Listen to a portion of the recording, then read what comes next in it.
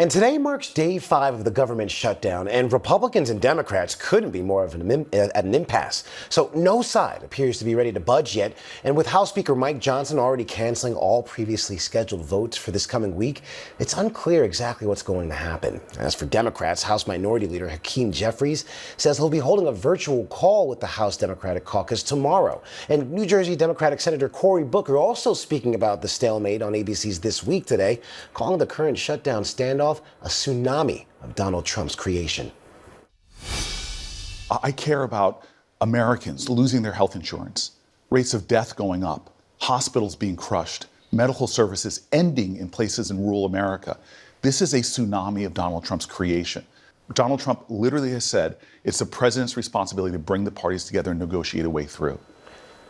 Now, each day we're in a shutdown, almost 3 million Americans, including members of the military, are working without pay. For more, let's bring in our Alex Perche. Alex, what can we expect tomorrow, and what's the latest from the Senate?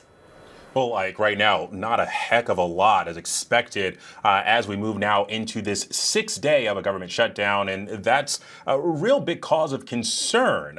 Listen, Democrats have drawn a red line in the sand, specifically over health care. They want to repeal those Medicaid cuts. They also want to extend those Affordable Care Act subsidies. Now, Republicans have said, Leader Thune in particular has said that he's willing to discuss health care. But first, they want to pass what they call a clean CR bill to keep the government open for at least another 7 weeks. But right now, we're at an impasse and neither side is budging. You heard Cory Booker there basically saying that this is a tsunami of Donald Trump's creation. Republicans have pushed back with their own rhetoric that's pretty similar. Now, they have tried to put pressure on key Dems, and they're hoping that more in the Senate will cave, especially some of those moderate Dems. But right now, Ike, there's no indication that there's going to be any give here.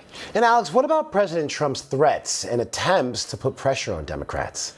Yeah, so we've seen it play out in a couple different ways, right? And one of those was the withholding of funds from blue states or even blue cities, some $18 billion that the administration has pulled from blue states and blue cities in projects, including $8 billion in New York. That's specifically meant to put pressure on Leader Chuck Schumer there in the Senate, who is a representative of New York. But also we're hearing today from a White House National Economic Council Director, Kevin Hassett, who says President Trump is currently meeting with OMB Director Russ Vought, and they're coming up with a plan. And the president has teased that as long as this shutdown continues, that there could be mass layoffs. There could also be some permanent cuts to federal programs, federal Democratic programs, as he's outlined. He's saying that they don't want it to come to that, but they're preparing if they need to.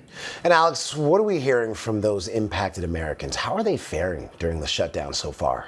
Well, look, I mean, the longer this drags out, the harder it's going to be for these nearly 4 million federal workers that could go without a paycheck. And then also there are tens of thousands, if not millions, that are dependent on federal programs that are that could potentially be impacted here. We're hearing from one woman, Benicia Wright, who's of Reynoldsburg, Ohio. She's dependent on food assistance programs there. And she's got 6 kids, including one on formula she's worried about. Take a listen.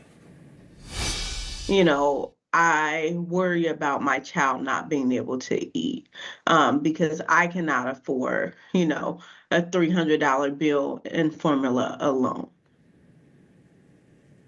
Yeah, Ike. And so literally the longer this goes on, the harder it is going to be for a lot of American families.